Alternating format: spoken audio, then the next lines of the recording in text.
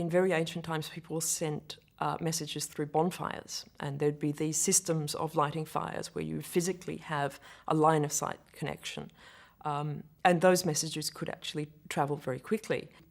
The thing that I think has happened with optical fibres is really the ability that you actually don't need to have a line of sight connection, that you can make these fibres that are so transparent that you can actually transmit over very long distances, and you can control the transmission of that signal very precisely, stick loads of information into a single fibre that's, the thickness of a hair.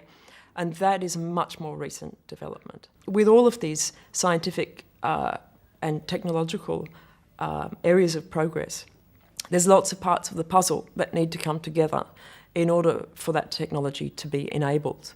And so I think people had been aware of the idea of transmitting light through a fibre for quite some time. The first sort of understanding that you could make light bend around corners in a very controlled way actually seems that insight seems to have come from fountains, where people would light fountains in those big French gardens and so on, like in Versailles. They would have these very spectacular displays of fountains and lights. And at some point, somebody noticed that the light could actually be guided by a stream of water itself. And so that was sort of the genesis of being able to control light in a flexible way that way.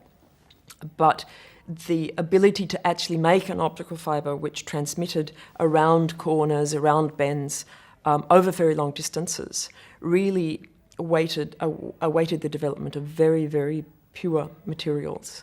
That really was a material science development that enabled the optical fibre to be able to develop techniques to make these materials of sufficient purity that they could actually transmit over very, very long lengths. And now the glasses that they make optical fibres from are so transparent, it's as if they are I read a description of how transparent they were, which has stuck in my mind ever since. They're so transparent that it's as if you would sit at one side of the English Channel and look across, and you would actually be able to see the toes of the bathers on the other side of the channel. It's that transparent. I mean, it's amazing.